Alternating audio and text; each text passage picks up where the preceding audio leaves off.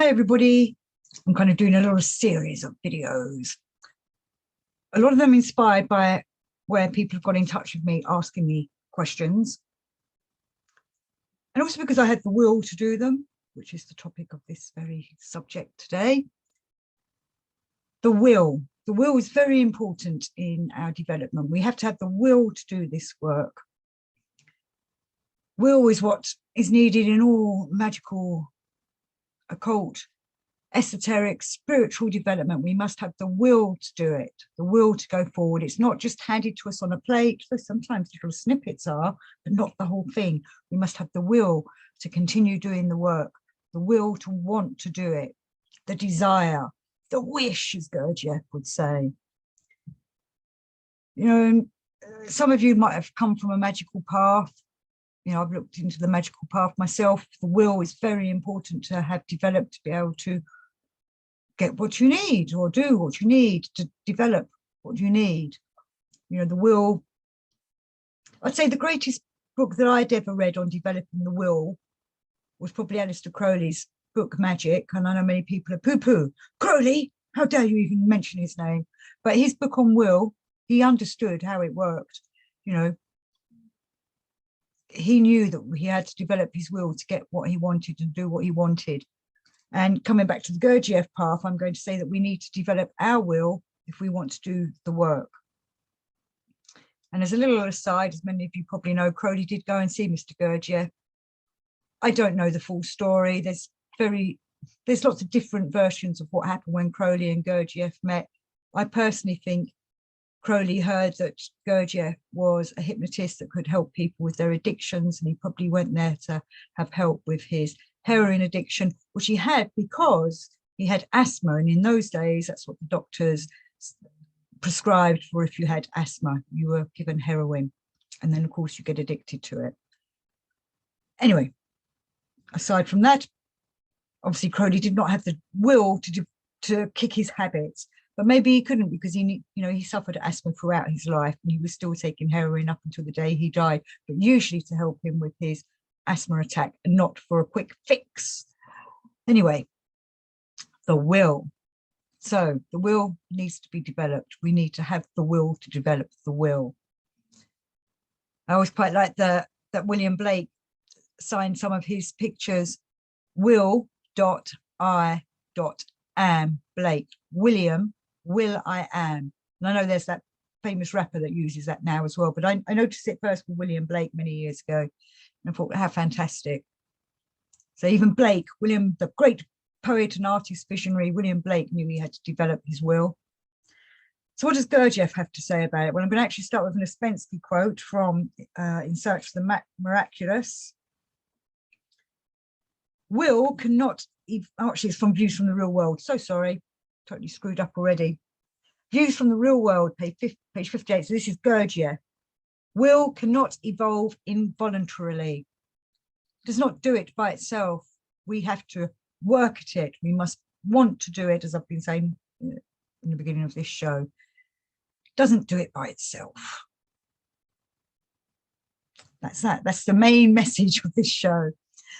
But I shall carry on doing a few more quotes anyway.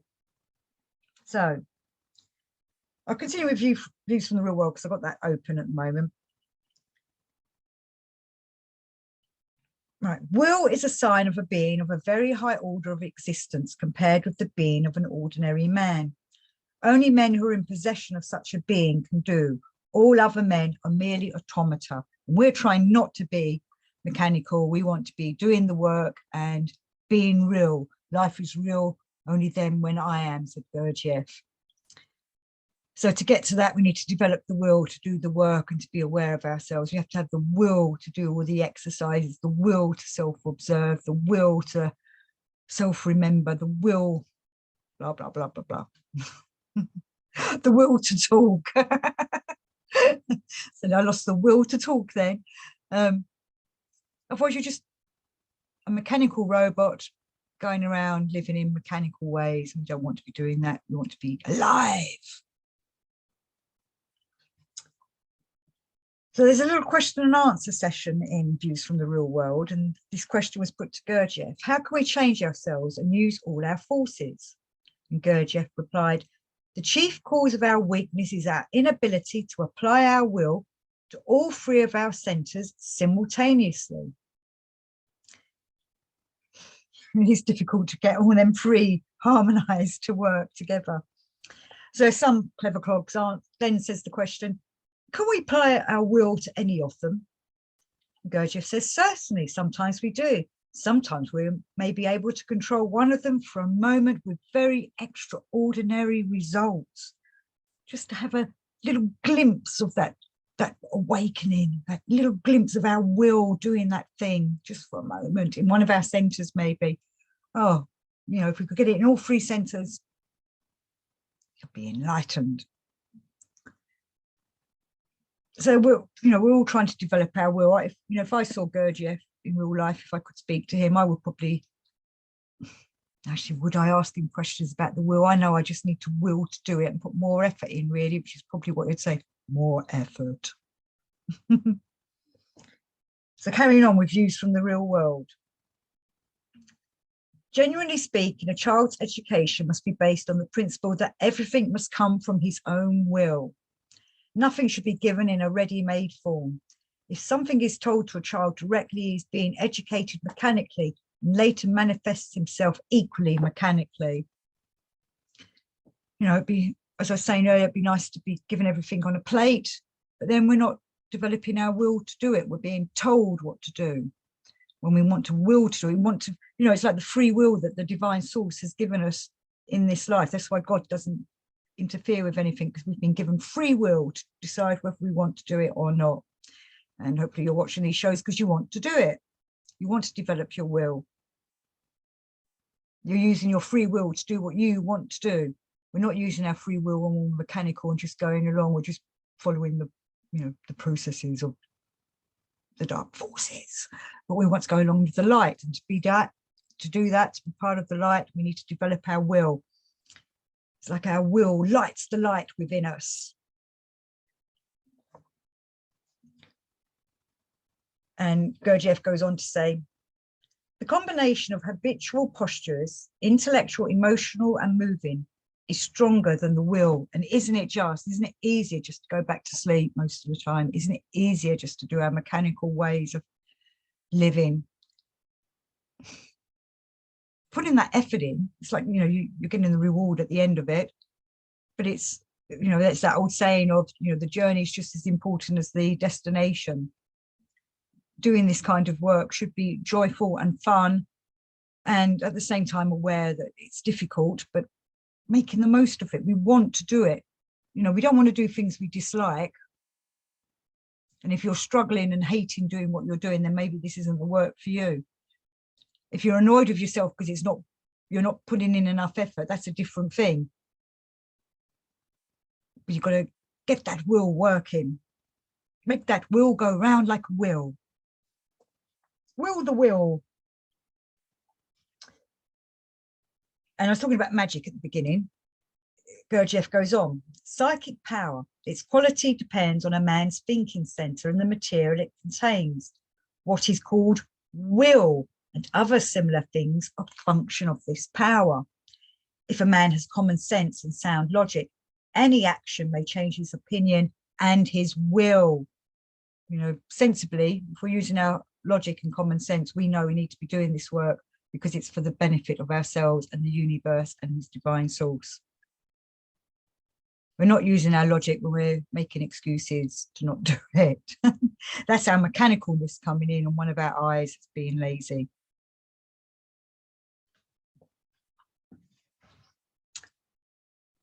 Gurdjieff goes on, he who has a master has will.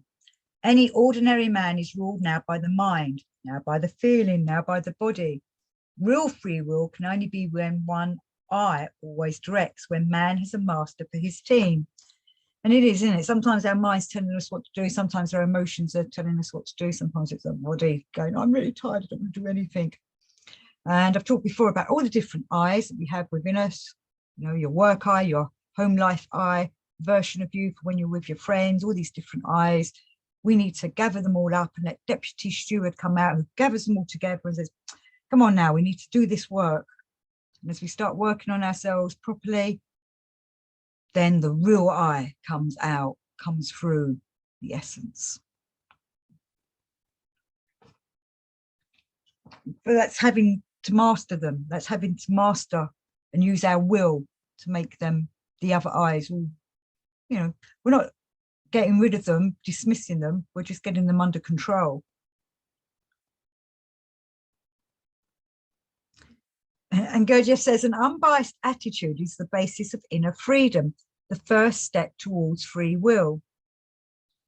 We want to use our free will and think for ourselves.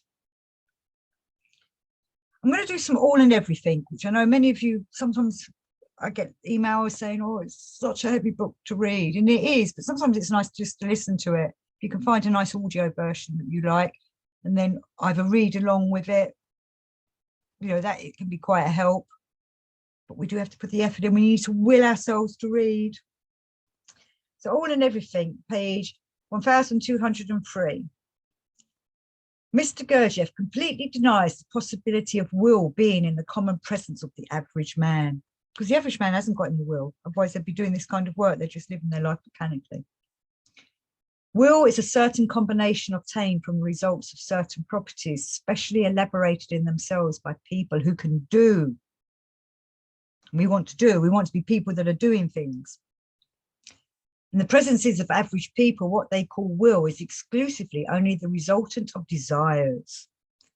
Real will is a sign of a very high degree of being, in comparison with the being of an ordinary man. But only those people who possess such being can do.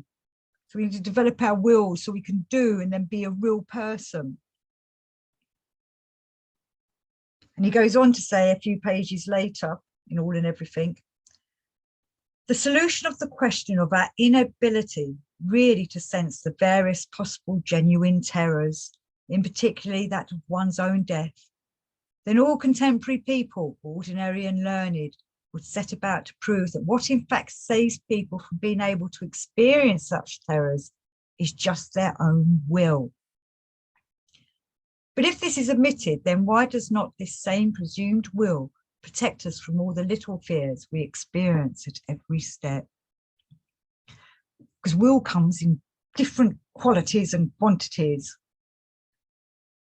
And when we really study what will is, what it actually is that we're trying to attain here, and what the word will means, what the word will implies, you begin to understand why you need to work at it. You can do all the exercises in the world, but you need the will behind them to make them have an impact on you. I've said to people in the past, you know, practice makes perfect. You know, fake it till you make it. So, you know, we can fake our exercises if we're not really throwing ourselves 100% in. But if we keep practicing them, hopefully at some point, suddenly we'll start realizing we're doing it with intention, rather than just sitting there trying to do an exercise thinking, am I doing this right? Or being distracted by something else, or, you know, too much in the head brain when we should be trying to harmonize the three. We have to use our will to make ourselves work at all this, and it can be done. So on to Ouspensky, who talks about will, and he reminds us that a man has not sufficient will to do, that is, to control himself and all his actions, but he has sufficient will to obey another person. We're so easily influenced by other people, when really we should be thinking for ourselves, feeling for ourselves, and doing for ourselves, and not be somebody's bitch.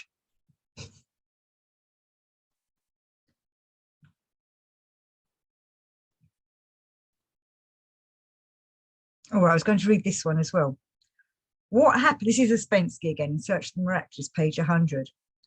What happens or may happen to us may depend upon three causes: accident, fate, or upon our own will. Gurdjieff talks about these laws: law of accident, law of fate, and law of will. So this is important. Such as we are almost wholly dependent upon accident. That's when we're being mechanical and life just happens. We can have no fate in the real sense of the word any more than we can have will. If we had will, then through this alone, we should know the future, because then we should make our future and make it such as we want it to be. Though I think many people say, yeah, I'm planning my life, I'm seeing my future, though most people are just influenced by outside influences as to what happens. They might have dreams of what they want their future to be.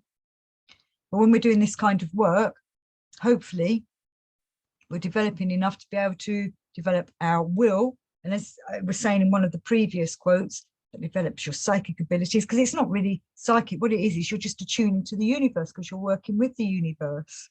And that makes a difference when you're working with the universe.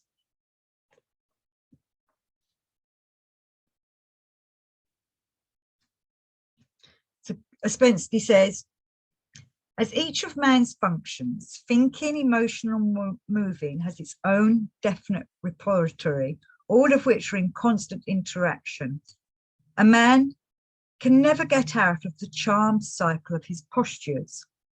Even if a man recognizes this and begins to struggle with it, his will is not sufficient. Like I was saying earlier, like them exercises, just keep practicing them. Fake it till you make it. But at some point, well, he says here, you must understand that a man's will can be sufficient to govern one centre for a short time, but the other two centres prevent this. His will can never be sufficient to govern all three centres. But I think that once you start working on all this, over time, you start working with one centre, and then you're developing the will in another centre, and then the other centre's listening or wants to develop that will, and then suddenly all three centres should come together and work with your will.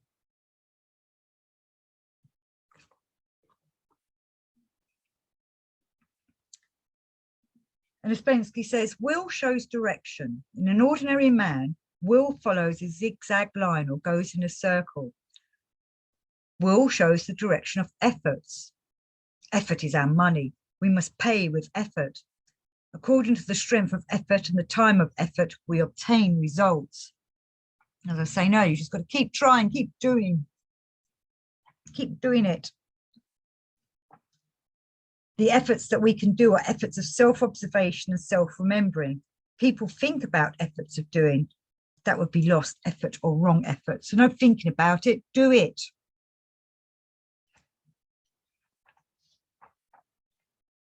And I'm going to do some lovely C.S. Knott quotes, because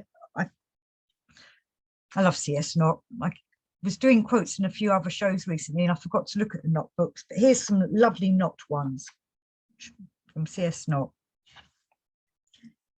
Only a man who has an I can have will. When a man has an I, he can be master of himself. Then he has will that is free, not a want or desire subject to everything around him, which can change with food, people, climate, sex. Real will comes with conscious wish, by doing things voluntarily. But you must work for years, for centuries perhaps. We have a master in us, but this master is asleep. He must wake up and control all these little masters in us. Very often what is called will is an adjustment between willingness and unwillingness. For example, the mind wants something, the feeling does not want it. If the mind in this case is stronger than the feelings, man obeys his mind. If the two are more or less equal, the result is conflict, hesitation, dilly-dallying. This is what is called free will in ordinary man. He's ruled now by the mind, now by the feelings, now by the body, still more often by the sex centre. And we are like that, aren't we? As we're going about our everyday lives, we think we know what we're doing, but really it's just either our minds influencing us or our emotions or our body. Our body suddenly going, I'm hungry, forget what you've just been doing, go and get food. Or I'm thirsty, go and get, drink. Or you're, trying to think about something and your emotions come in suddenly and get in the way. These are the things we're trying to work at, developing our will with them. So this is now question and answer session between C.S. Knott and Orage, A.R. Orage. So real will can be defined as only that which is self-initiated, not obliged, not wanted by the organism. An effort to accomplish an I wish, not an it wish. Gurdjieff efforts are those of an elephant. Ours are ant-like. And Gurdjieff often talks about how it does this and it does that. It's not I, it's not me, it's it. Oh, sorry, I just dropped everything. Dropped the books and I've lost the bookmarks now, so I'm going to try and find the quotes again. You know, it's just dropped that book, not I. It was an accident, law of accident. And we're trying to be awake enough so that I'm aware of what I'm doing, not it's taking control of me. We like to think it is I doing it. Most of the time it's it. I used to really struggle with that when I first learned about all that kind of thing. It's doing this, it's doing that. You know, Debbie's doing this, Debbie's doing that. Not the real me doing it. So Orage asked the question, how can I begin to acquire real will? And Orage replies, take a whim that you have, a harmless whim, and make an effort to gratify it. Good exercise. And I was saying earlier in that quote about how Gurdjieff's efforts are those of an elephant and ours are of an ant. You know, Gurdjieff had the will to be the man he wanted to be, the real I, where we think about it now and then, where he was doing it 24/7. We do it, you know, when you watch a show like this, or when you suddenly start reading a book on Gurdjieff, or, you know, something suddenly reminds you, which is why we have to do these exercises that he reminds us of to do every day. Knott reminds us the difference between, oh, actually, this is from Orage, but in Knott's book. The difference between an ordinary wish or desire and will is the difference between a passive state in which an active force operates and an active state in which oneself operates. Will is self-initiated. If, as Gurdjieff says, you take some small thing which you really wish to do and compel yourself to do it, you may then experience the beginning of a taste of real will. And Gurdjieff talks a lot about small aims lead to bigger aims. We take little steps to make bigger steps. And just see if you can do a few of them small little exercises to develop your will. You know, the whole, you know, find a small thing that you really wish to do and compel yourself to do it. See if it happens or if you get distracted. And Orage said, I repeat, Gurdjieff, take some small thing you wish to do, which you cannot do now, compel yourself to do it. Whim is the beginning of will. Whim is a fly, will is an elephant. Whim is a fly, will is an elephant. Every effort to remember yourself and to observe yourself impartially is an act, a small act towards the state of real will, the first step, in fact.